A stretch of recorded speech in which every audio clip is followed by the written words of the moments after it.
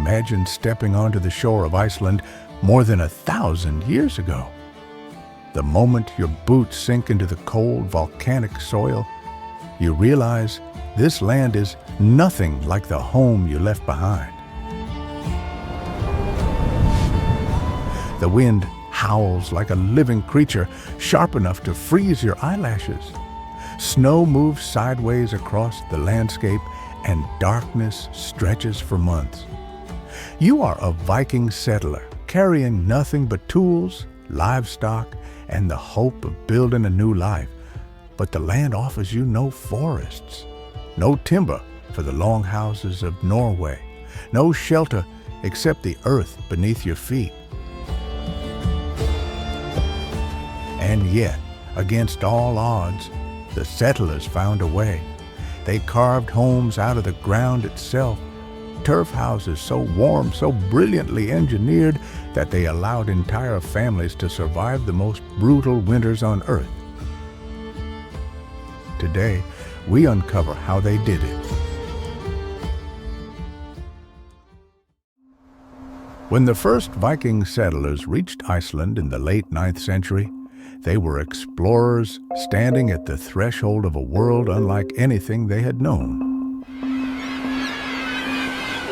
The island rose out of the North Atlantic like the back of a slumbering giant, its ridges carved by ancient lava flows and its valleys shrouded in mist rising from underground heat.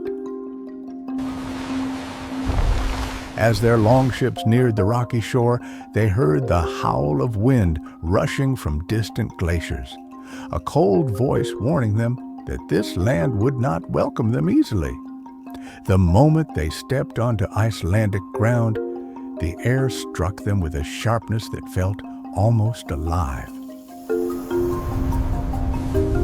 Winter storms were capable of rolling across the island with terrifying speed, bringing winds that traveled from 50 to 80 miles per hour, winds with enough force to push a grown man sideways. Snow did not drift softly here. It arrived in violent bursts, blowing from every direction, stinging the skin and filling the lungs with icy needles. Temperatures sank from 10 to 20 degrees Fahrenheit for long stretches of the year, and the sky often remained dim, even at midday. In a land where darkness lasted from 14 to 20 hours during the deepest parts of winter, time itself felt distorted, stretched thin by cold and isolation. The Vikings were no strangers to harsh weather. They came from Norway, a rugged land of icy seas and stormy winters. But Iceland challenged them in new ways. It was not simply cold. It was unpredictably cold. It was a place where weather carried the weight of myth, where storms arrived with the suddenness of an ambush and the force of a hammer. The settlers quickly learned that survival here required more than strength. It required adaptation. And adaptation became urgent when they discovered the island's greatest limitation, the near absence of forests. The Vikings, who had built their longhouses, ships, and tools from an abundance of Scandinavian timber, found Iceland almost barren of trees. Only scattered birch groves stood in certain valleys, too small and too fragile to support large-scale building. Driftwood washed ashore in unpredictable patterns. Its supply depended on distant tides and the melting of ice far across the Arctic. Timber became a treasure that had to be used sparingly and wisely.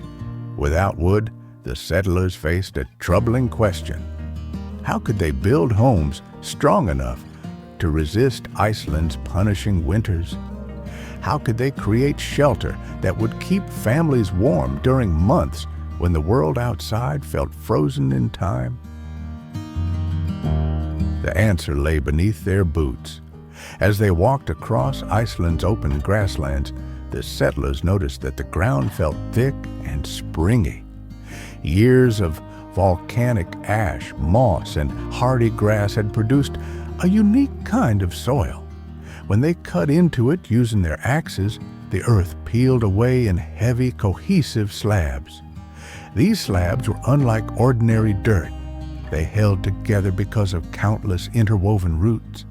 They were dense, flexible, and unexpectedly strong. These were turf blocks, and the Vikings saw what the land was offering them, a material shaped by cold, perfect for holding heat.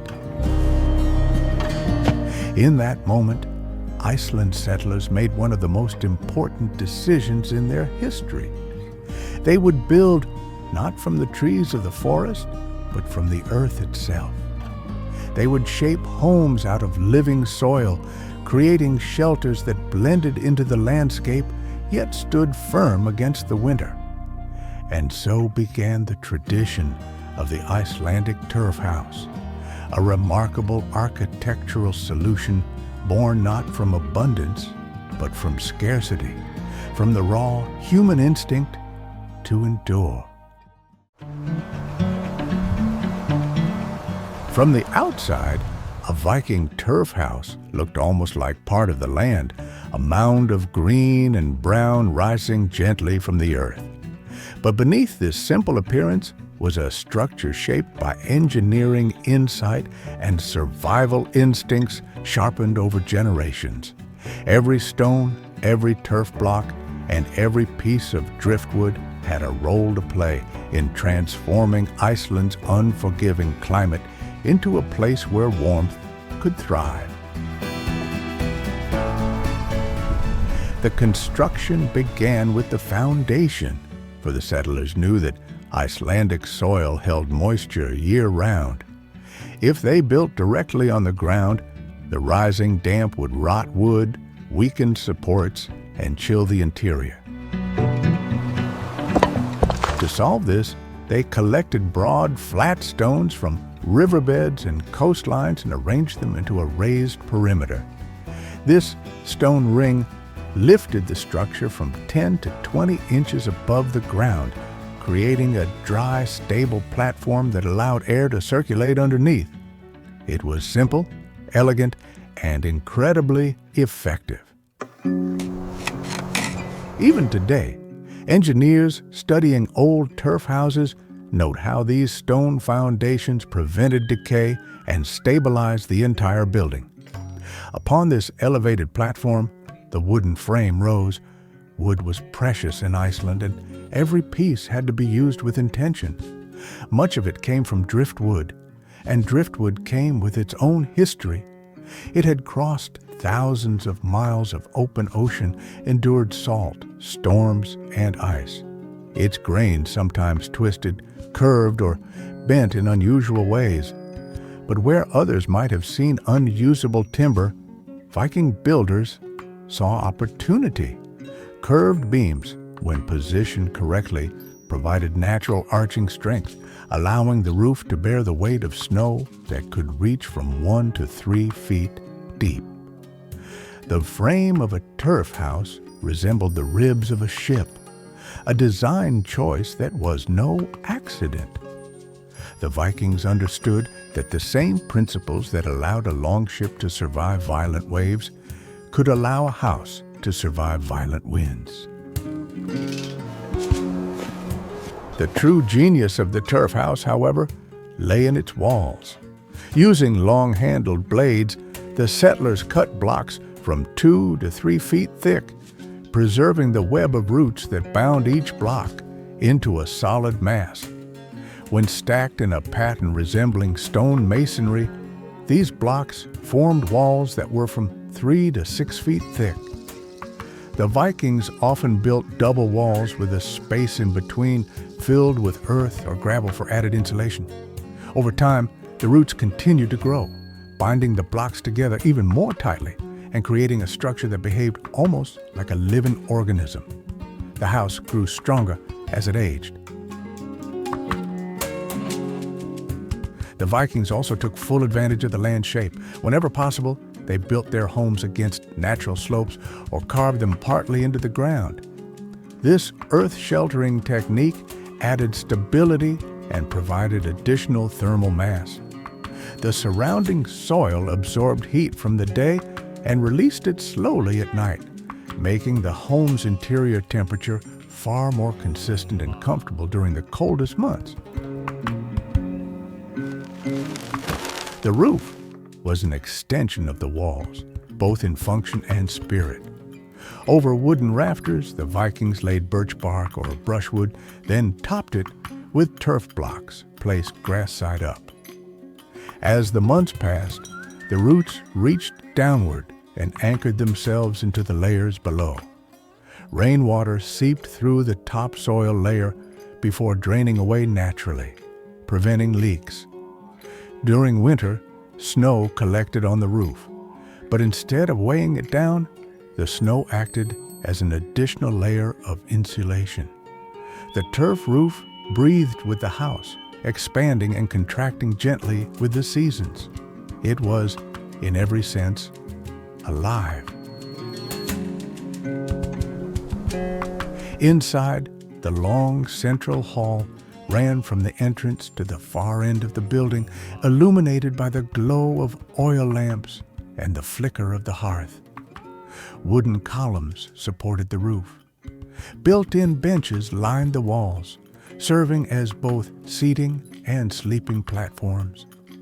The floors were layered with wooden planks, straw, and animal hides to keep feet warm and protected.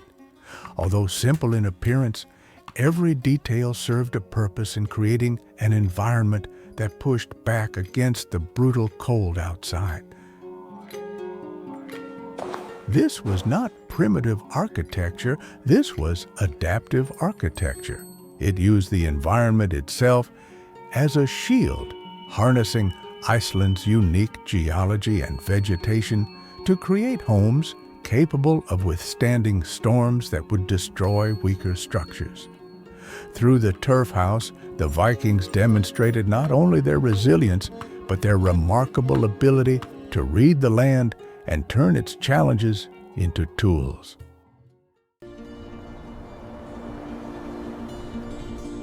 During winter, stepping inside a Viking turf house must have felt like stepping into a sanctuary carved out of another reality. Outside, the wind screamed across the plains like a restless spirit. Snow drummed against the walls with relentless urgency. The world felt frozen, suspended in a deep and ancient silence. But the moment the wooden door closed behind you, the atmosphere shifted. Warmth wrapped around you like a thick blanket. The smell of burning driftwood mixed with the earthy scent of turf. Shadows danced across the rafters, cast by the gentle glow of flames. This warmth did not happen by accident. The structure of the turf house worked as an integrated system, designed to trap heat and distribute it with astonishing efficiency. Archaeological experiments show that even a small fire placed in the center of the longhouse could raise the interior temperature from 10 to 15 degrees above the outside air. The thick turf walls acted like massive thermal batteries. They absorbed heat from the hearth throughout the day and released it slowly throughout the night.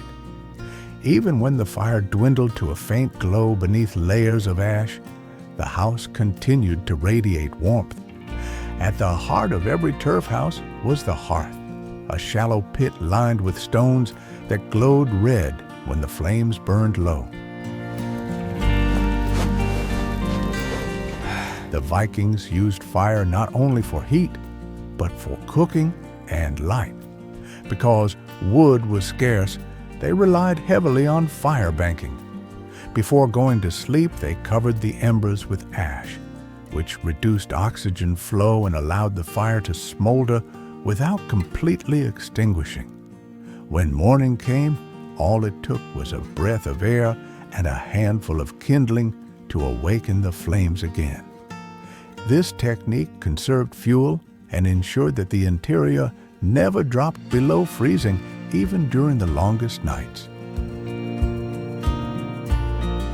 Sleeping arrangements were also designed with warmth in mind.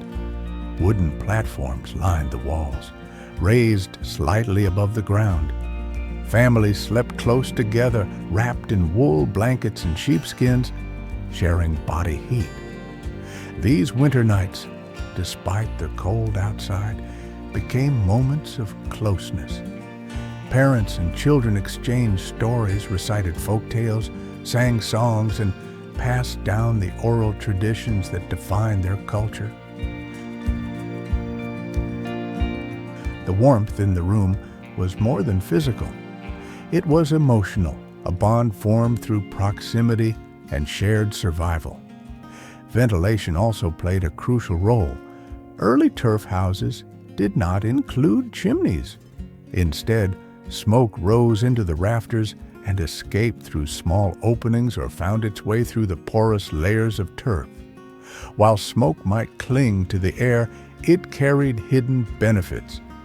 It discouraged insects, dried the wooden beams, and preserved the structure by killing mold spores. Inside these walls of earth and root, smoke became part of the house's natural rhythm. One of the most remarkable features of the turf house system was the integration of livestock. Many homes included a section where sheep or cows were kept during the harshest months. Their body heat radiated through the floors and walls, adding an extra layer of warmth. In modern reconstructions, measurements confirm that livestock can raise interior temperatures by several degrees. This was early biothermal engineering, a practical and brilliant example of how the Vikings turned necessity into invention. To further defend against the cold, entrances were built with sharp angles or narrow hallways that prevented wind from blowing directly into the living area. Floors were layered with insulating materials, and walls were positioned to guide airflow in ways that maintained a consistent temperature. The entire interior was a carefully balanced environment where architecture worked hand in hand with nature. Through these innovations, the Vikings transformed Iceland from a place of hardship into a place of habitation. Their turf houses were not simply shelters. They were triumphs of adaptation. They allowed families to endure winters that lasted from half a year to more than half a year. They allowed communities to grow, survive, and flourish in a land where cold seemed determined to rule. These homes were not monuments to wealth or status. They were monuments to survival, carved from the earth by people who refused to surrender to the elements. Even today, turf houses stand as reminders of the ingenuity that allowed the Vikings to build a life in one of the most challenging environments on Earth. They show us that when humans understand the land and work in harmony with it, even a world shaped by fire and ice can become a home. In the end, the Icelandic turf house stands as one of the greatest reminders that survival is not always about strength. It is about understanding the land, listening to the wind, and turning the simplest materials into a barrier against death itself.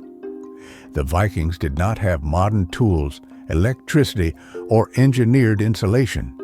They had earth, stone, grass, and knowledge passed from one generation to the next. And somehow, that was enough to endure the long darkness. If this journey into Viking resilience gave you a deeper appreciation for the past, consider subscribing to the channel. It helps us bring more stories of ancient survival to life. Let me know in the comments which prehistoric world you want to explore next, and if you know someone who loves archaeology, anthropology, or the mystery of our early ancestors, Share this video with them. Until next time, stay curious, stay resilient, and remember that the past still has lessons waiting for us beneath every blade of grass.